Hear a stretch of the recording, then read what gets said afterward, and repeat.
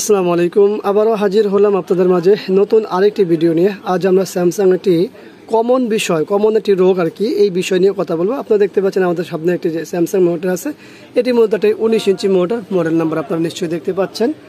আর এখানে আমরা যদি খেয়াল করি সেটা হলো যে এখানে কি মেসেজ দিচ্ছে সেটা একটু খেয়াল করি। মেসেজটি হচ্ছে ডিবিআই মেসেজ।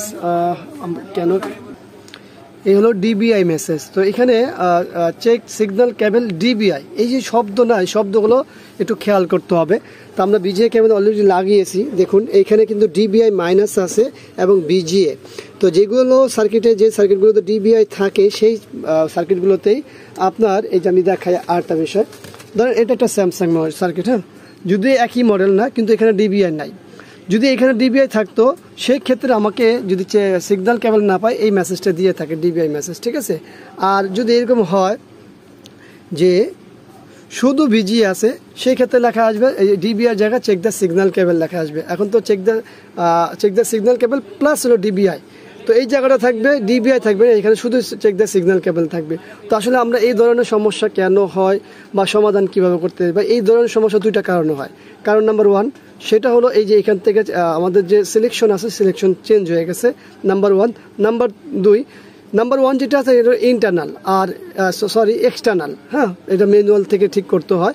আর যদি এটা পরেও না হয় সেই ক্ষেত্রে হয়েছে সার্কিট বোর্ড থেকে, যেটা ইন্টারনাল ভিতরে, হ্যাঁ। তো আমরা এখন যেটা দেখব যে এটা ইন্টারনাল না এক্সটার্নাল সেটা আমরা বোঝার চেষ্টা করব। তো আমরা তো অলরেডি ভিজিএ কেবল লাগিয়েছি, তো কোনো কিছু আসতেছে না। তো এটা একটা খুব সহজ সমাধান, সেটা হলো আমাদের এই যে দেখুন এখানে যে পাওয়ার বাটনটা আছে, পাওয়ার বাটনের সাথে কিন্তু আমাদের একটা অটো বাটন আছে, অটোর সাথে আমাদের একটা সিলেকশন বাটন আছে। এইটা হলো আমাদের যে চেঞ্জ যে সিগন্যাল বিষয়, যে ডিবিআই না বিজিএ কোনটা ব্যবহার করবো সেটা।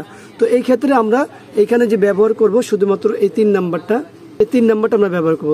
তো 3 নাম্বারটা ব্যবহার করলে কি হয় সেটা একটু দেখে নিই। তো চলুন সর্বপ্রথম আমরা 3 নাম্বারটি ব্যবহার করি। বিসমিল্লাহ। একবার ক্লিক করার সাথে সাথে কি হলো দেখুন আমাদের ডাটা চলে আসছে। তো আমাদের সিগন্যাল কিন্তু ঠিক হয়ে গেছে। এটা তার অর্থ হচ্ছে আমাদের এক্সটার্নাল যে সমস্যা মেনু থেকে হয় সেটা। এখন এটা কিন্তু অনেক কারণ হয়, একটু এখনই চলে যাবেন না, ভিডিওটা একটু বড় করবো, আপনাদের সাথে 2-4টা কথা বলবো।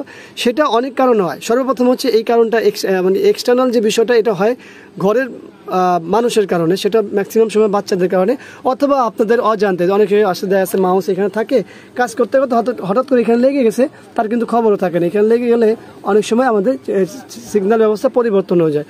আবার অনেক ক্ষেত্রে দেখা যায় বাচ্চা পোলাপানরা এখানে এসে মানে অযথায় টিপাটিপি করে, যখন টিপাটিপি করার কারণে এই সিগন্যাল ব্যবস্থাটা পরিবর্তন হয়ে যায়, সেই ক্ষেত্রে এটা হয়। তো এই 2টা কারণ তো বললামই। আবার অনেক সময় দেখা গেছে আমাদের এই যে টাচ বারটা আছে, এই টাচ বার শর্ট হয়ে গেল, এই সমস্যা হয়। তো এখানে কিন্তু অনেকগুলো সমস্যা বের হলো, 3টা সমস্যা অলরেডি বের হলো। তো এরপরেও যদি না হয় সেই ক্ষেত্রে আমাদের কার্ড থেকে হয়। কার্ডে কোত্থেকে হয় সেটা অন্য কোনো একটা ভিডিওতে দেখাবো ইনশাল্লাহ। আজকে আমাদের এখানে বিদায় নিচ্ছি। ভিডিওটি ভালো লাগলে লাইক, কমেন্ট, শেয়ার অবশ্যই আমাদের এই চ্যানেলটি সাবস্ক্রাইব, পাশে থাকা বেল বাটন চাপ দিয়ে রাখবেন।